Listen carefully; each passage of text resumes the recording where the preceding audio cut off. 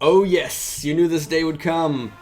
Dun dun dun. Baldur's Gate 2 Enhanced Edition is finally upon us, and I am rather joyous because it forces me to play the game once again. Baldur's Gate is one of my favorite games ever. I've played it way too many times, and I remember pretty much everything there is to know.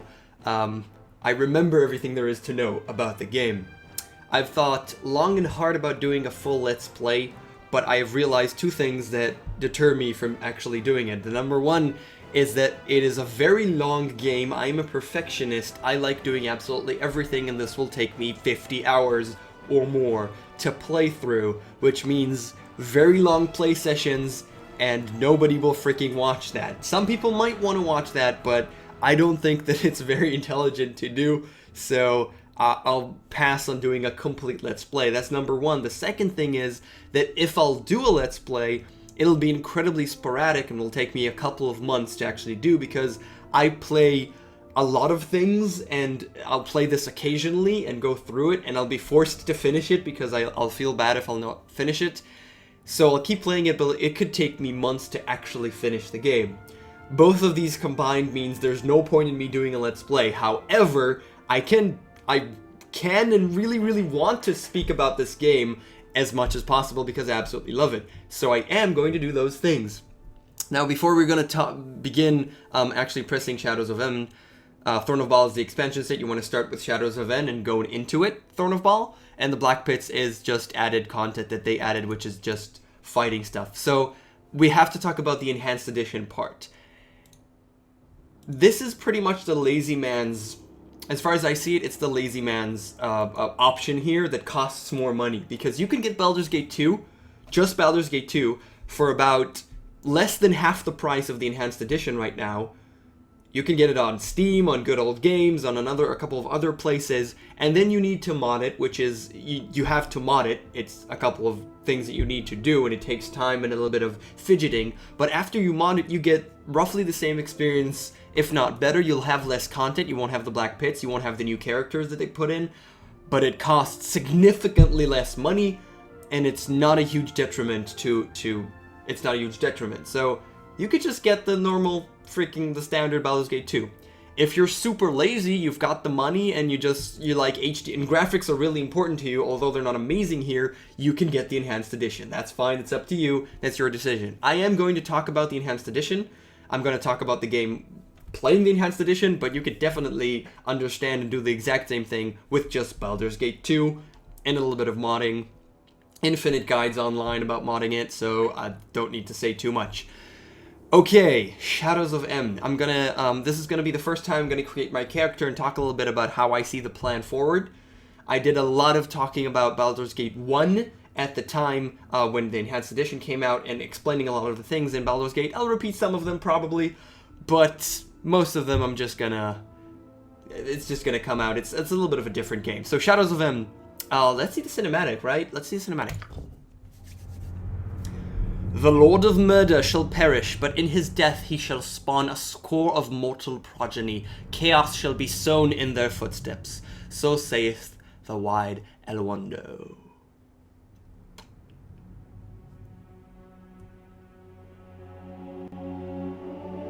They didn't make the cinematic a little bit better, did they? It's still old.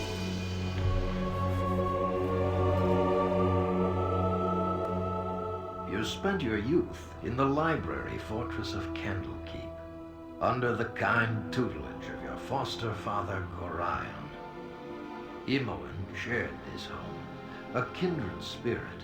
Her background was as mysterious as your own. Gorion's murder brought answers to your questions when his killer Saravok was revealed to be your brother. You and Saravok were a product of the time of troubles, a chaotic period when gods were made flesh and forced to walk the earth. One such deity foresaw his own death and walked the land before the cataclysm. He left a score of mortal offspring, intended to be the fuel for his rebirth. The god was Baldur, Lord of Murder, and you are one of his children. Saravak sought a war of sacrifice to prove his worth, believing he would become the new Lord of Murder. You killed your brother, sending his taint back to Baal. You were the hero of Baldur's Gate, but some suspected you shared the same lineage as Saravak. You departed soon after, under circumstances much darker than anyone would have believed. They came as you rested, figures cloaked in mist that clouded your thoughts, blurring the lines between consciousness and dreaming. There was no malice or hatred, no mention of an old score, only quick capture and the promise of grim deeds to come.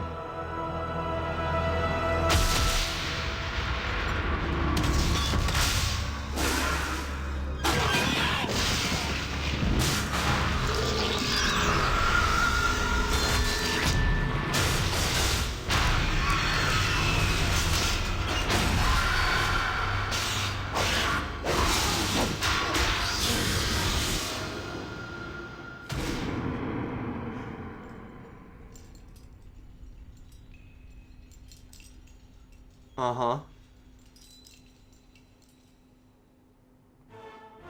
So, new adventures. These are the 4 new guys. And 2 girls. And, Niera's crazy. She's a lesbian. This guy's a badass. And this guy's a monk. Pretty much. Continue. And now we get Shadows of End. We can go through single-player, multiplayer. So, the story is very simple. It's complete spoiler for Baldur's Gate 1, but this is Baldur's Gate 2, so what do you expect? Baldur's Gate 1, what he said, you started a Candlekeep. Gorion, your father figure at least, died. Saravak killed him. Saravak eventually is the child of Baal. You are also a child of Baal. You killed Saravak. You went on to traveling, and then this person that we just saw kidnapped you, and you start the game captured basically in his place. So, if you want to talk about the structure of the game, I'm not going to spoil too much. You start there, you get out of there. It's pretty obvious that you're going to get out of there, and then you basically have the entire continent to do whatever the hell you want to do. And there is so much to do, oh my god. And if you want to speak about parts in the game, you have that initial part that I guess you could call it a prologue, though it is chapter 1. And then you have that chapter 2. Chapter 2 is I'd say the biggest chapter in the game, because everything is open to you and you can do so many things. Later on, you decide when you progress the story, and the story does progress into chapter 3, 4, 5, in a pretty linear path that you leave the open world and go down a linear path. Eventually you come back to the open world, then you can do whatever you want again, and then you go again down a linear path and finish off the game. That is generally Shadows of End, Baldur's Gate 2. Then there is Throne of Baal, which is pretty much the same. You can do, you start pretty linear, you can do whatever the hell you want later on, and then it's, again, rather linearity until you finish the game completely.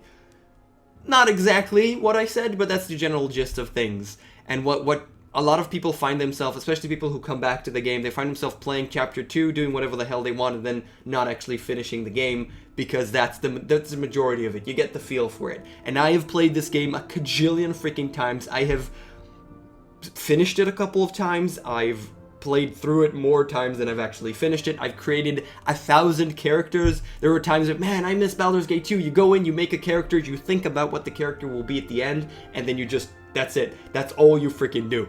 So that has happened to me multiple times throughout the years. That's pretty much the way of the things go, and there's multiplayer, there's option. Let's go a little bit through the options.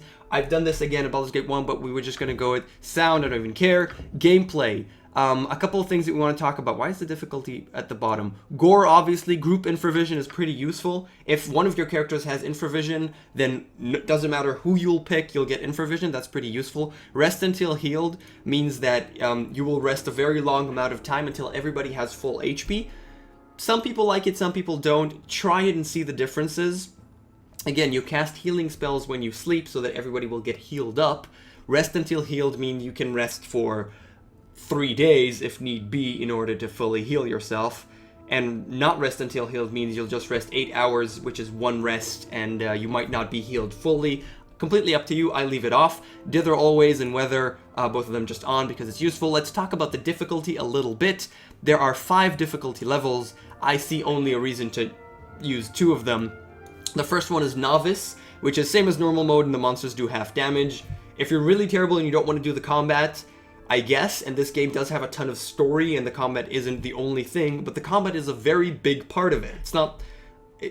combat is a very big part of this game. Why would you want to have it just not as fun, I'd say, and just not really a challenge in any way? You can always change the difficulty level, so if you have a really, really bad fight, and you're just completely lost, and you've tried it a million times, you can go down to Novice maybe, and you'll do a little bit better, but I'd recommend just always not having it on Novice. Normal and core rules are the ones we want to talk about. Normal, all hit points rolls are maximum. This is the main thing. We'll talk about that in a second. Character cannot permanently die. If a character dies, you usually load. you want to save a lot in this game. If something dies, something has gone terribly wrong, and you usually load the game. You won't really leave a character dead, so that's kind of not useful. All spells learned automatically. That basically means you won't, if you're learning a lot of spells, you won't have to load if something fails, because people load because I failed a spell. Come on, load up and try it again, and it'll work. There's like 70% that you'll get it in most cases. And monsters do 3/4 damage, again, kind of lame. Main thing is all hit points rolls are maximum. Up to level 10, you roll a die, depending on your class, how much HP you're going to get, and it could get really crappy. You can get, instead of, if you're rolling a 1d10, which is a 1 dice of 10 sides, which means you can get a number from 1 to 10, you can get 2, or you could get 10. And that's a really big difference, you know? So a lot of people, when they level up, and I do this as well because I don't feel bad about doing it, it's fine. When you level up, you just tone the difficulty down to normal. You can change it whenever you want to. Then you do the level up, and then you get the maximum hit points, and then you get it back into core rules. Perfectly fine to do. This game, you actually started around level 7 or 8, 6, 7, 8. So you only get about 2 or 3 levels where you have hit point rolls. After level 10, you're only going to get like +2 or +3 hit points every level. So you'll reach 100, but you won't reach 200, 300 when you're level 20 or 30. That's not going to happen. So doing this, it's fine, just going down to normal. Core rules is what you should be 100% of the time, other than when you level up. It'd be core rules, and hard and insane, just monsters do more damage. There's really no need for it. Damage isn't the thing. Spells and stuff like that are the thing that makes the game hard, not pure damage. So basically, core rules most of the time. Feedback, I like everything. Confirmation is nice if you're unsure of things, but basically everything should be up because you want to see as much as you can. If you see something that you don't need it, then you can remove it, but basically everything should be up. Auto pauses, we got to talk about this. When do you auto pause? Center and party member that made the pause happen? Yes, please. Character injured. This means that they're below 30% of their hit points. That means they're about to die. Yes, you want to auto pause. When a character death, yes, you want to auto pause, understand what happened, and then quick load in most cases. Character attacked, no, they're going to get attacked all the time. Character hit, no, they're going to get hit all the time.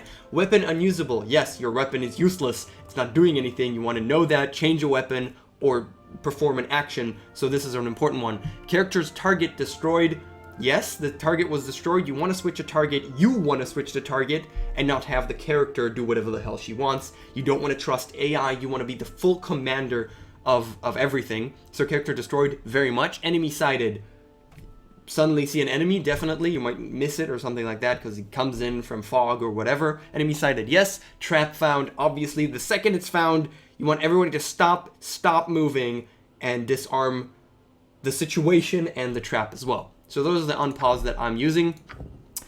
Other than that, graphics, there's not full screen, okay?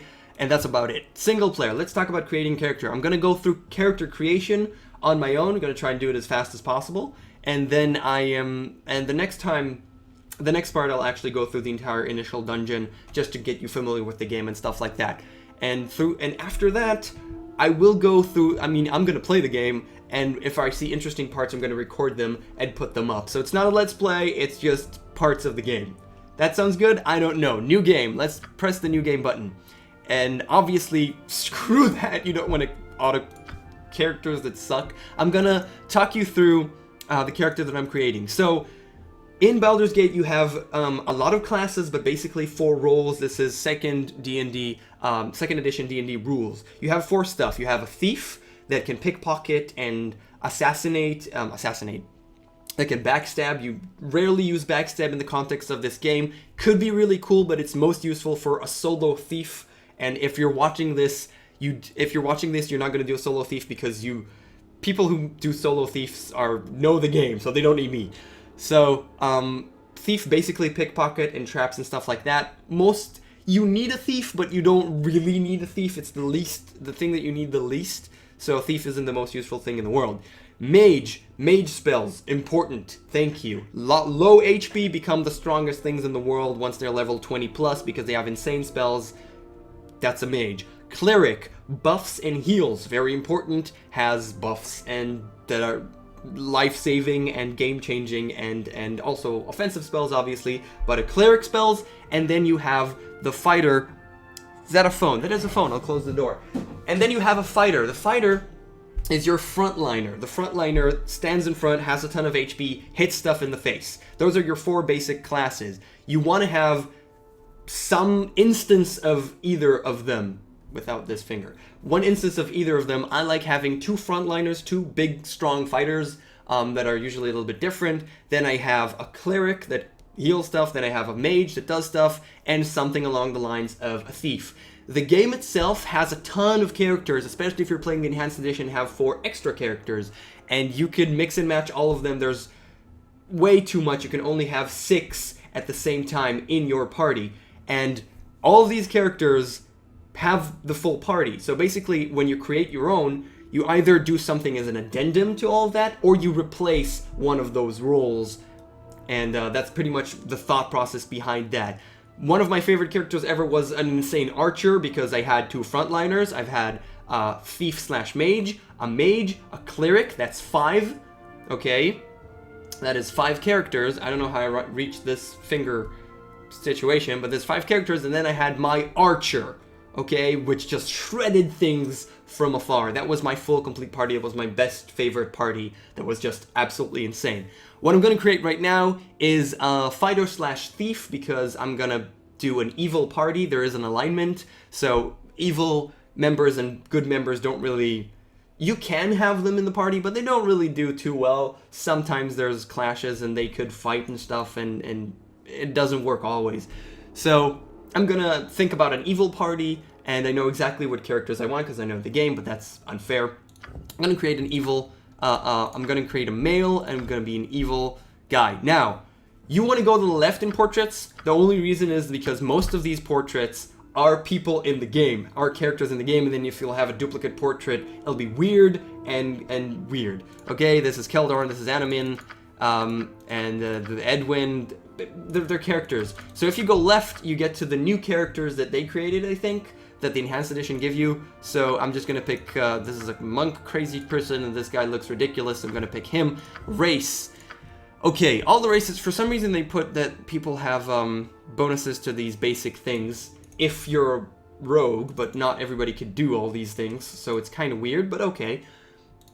I'm going to go for half-orc. You go through them. I'm not going to go through all of them. I'm going to go through half-orc because I get plus strength and plus constitution. I'm going to be a fighter/thief. I don't need intelligent, and I want strength and constitution. So half-orc. Class, I'm going to go through multi-class. You have multi-class and dual class and standard classes.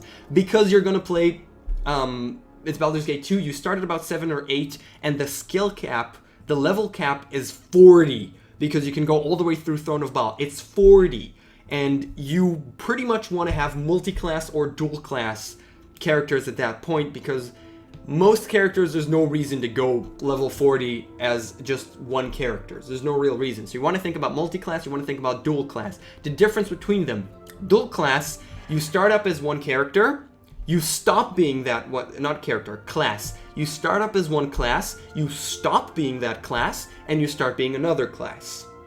Okay, so I'm going to be a fighter till level 9, stop being a fighter, stop being a mage, and then I'm gonna be a mage till infinity and beyond. My mage, once it reaches level 9, so once it reaches, it's equal to the level, or maybe it's just when it surpasses, either 9 or 10, I'm not actually completely positive, I won't lie, I'm not 100% sure, but once you pass the level of your first class, you gain all of that class's abilities. So a fighter has, let's not talk about, let's say a thief slash mage. So the thief has thieving abilities, but once I dual class, I lose those thieving abilities until my second class passes that level. So if I have a thief, I dual class at level 9, okay, into a mage, I lose my thieving abilities. Once my mage is level 10 or 9, I think it's 9, then you can use the thieving abilities again. This is something to think about. Why would you want to do that? Fighters get a lot of HP, and they are strong, and they get a lot of to-hit bonuses and stuff like that. So you want to start a fighter and then turn it into a mage. Mages, super late game, are the strongest things in the world. So you make a really powerful battle mage, and fighter slash dual classing into a mage at about level 9 or at about level 12 is really, really, really, really powerful. One of the strongest characters that you can create. Multi-classing means both you have two things and they level up at the same time. That's the difference. So, fighter slash thief. Okay, alignment. I'm gonna go with true natural. I can't be lawful good, apparently. I'm gonna go true natural because I'm a half-orc. Can't be lawful good. I think that's the thing. I'm gonna be true natural because it doesn't really matter for your characters. Abilities. Now, abilities, I love this. Total roll 75. They actually tell you how much you rolled. I basically press this until I get above, oh my god, above 85 because that's completely insane. And that's pretty much what I like doing. As a fighter, once you reach 18, you're gonna get, this is so good, oh my god, best roll ever after 2 presses. You can store it and then recall it, you save one, but basically you want to re-roll until you have higher than 85. That's pretty good, and you don't have to do math. I used to do tons of math. I learned basic math through Baldur's Gate. Because I'm a half-orc, I can go 19, and then I don't have to worry about this. This thing means it talks about critical, but since I can go to 19, I don't even care, and I'm just going to do really, really well no matter what. So, 19 strength is lovely. I'm going to remove charisma completely, go to maximum dexterity and maximum constitution, because I'm a fighter. I want the most HP, and I want the most damage, and I want the most armor, which is constitution, strength, and dexterity equally to what I explained. I don't really need a lot of intelligence and I don't need a lot of wisdom, but I want to make sure that my saves are proper. Every 2 you get better saves, so 16 and 12 is better than 13 and 15. That's really, really just like touching those subjects instead of going about them extensively, because I don't want to make a 40-minute video or an hour-long video about creating a character. My charisma is 3 because there is a ring you can get very early on that changes your charisma to 18. Charisma is very important, but because I know that ring exists and where to get it, I have no problem putting it down to 3, and then just wearing the ring all the time, where I need to talk to people because it sets it at 18. I guess it's cheating a little bit, but that's part of the game, so I don't really care. And I have an insane, insane character with 19, 18, 19, 12. Completely insane, and then charisma will be 18 because of that. Done. Skills. Now this is pretty important. Set traps. Traps are not the most amazing thing in the game. They can be incredibly useful, but they're not the most amazing thing in the game, and I do want the other skills, so they're more important. Gonna ignore that. Detect illusions. I have mages that can do the same. No need. Hide in shadows and move silently. Both of these talk about backstabs. We talked about that. I don't care about backstabs, because I'm going to fight things head on because I'm a fighter, so I ignore those too. I'm left with find traps, open locks, and pickpockets. Open locks is very important because you want to be able to open any lock that you find. Pickpockets also very important because you want to pickpocket. It is a very useful skill to have in this game. You can pickpocket the entire freaking everything. There's so many NPCs in this game. Complete cities with people. Pickpockets is super important, and find traps is also pretty important. I'm going to raise open locks and pickpockets both to a very high score because they're really freaking useful. 100. Open locks is also going to be 100 because I wanted to be really, really high. And then find traps, pretty important, but not the biggest thing in the world. Oh, crap. Sorry. Yes, I pulled a wire. I pulled a wire and almost dropped my freaking thing. Yes, sorry for that. Things happen while I get excited.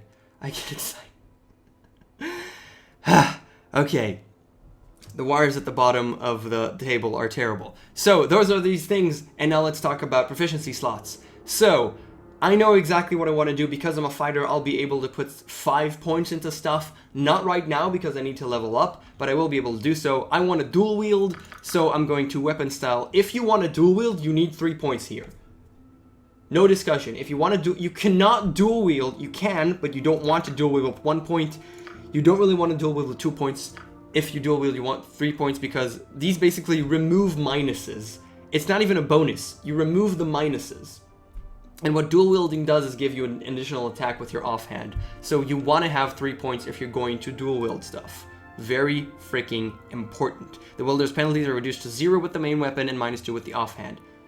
Important, okay? I want to dual wield, and I'm going to be dual wielding katanas and longswords. I'm going to put katanas. I can't put any more, but this is the main thing that I'm going to be using. So katanas will go all the way to 5. You can reach all the way to Grandmaster, which is absolutely insane. 3 to hit, 5 to damage, -3 to speed factor, and for warriors only, an extra attack per round with the selected weapons. Only warriors can actually reach this point. Warriors, meaning fighters, which is what I am. So katana, 1 to longsword, I'm done. Appearance, I don't care.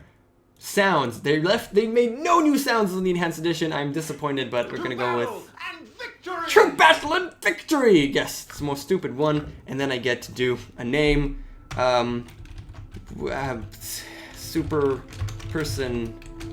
No, okay. You can write whatever the hell you want, but you want to put just a little name that you can recognize because this will be put in dialogue. So I'm just gonna put my name, whatever, screw you, and that's it. I'm done with this. So I'm not gonna press accept, and I'm gonna stop the video right here because if I press accept, we're gonna start through the entire dungeon, and that is gonna be the second video. So it's 26 minutes, not too long. We talked about a lot of things. We talked about Baldur's Gate. I'm gonna start churning out videos whenever I can about this game, showing you interesting things that happen or interesting engagements that I know of. And the first thing is gonna be the entire Irenicus dungeon, and then talking a little bit about how to wrap your head around Chapter 2, which has the entire city open to you. So we're gonna talk about that, and that's it. Thank you so much for watching. I'm gonna have a ton of fun with this. Stay tuned because a lot of other videos are coming up. I'm gonna start up a playlist, so that'll be the most comfortable way to follow this. Also on my website, there will be Baldur's Gate 2 Enhanced Edition episodes and stuff like that. I have a Twitter, just in case you won't miss anything, and please consider subscribing so that you'll never miss a video, right? Okay, thank you so much for watching, and I'll see you guys very soon. Laters!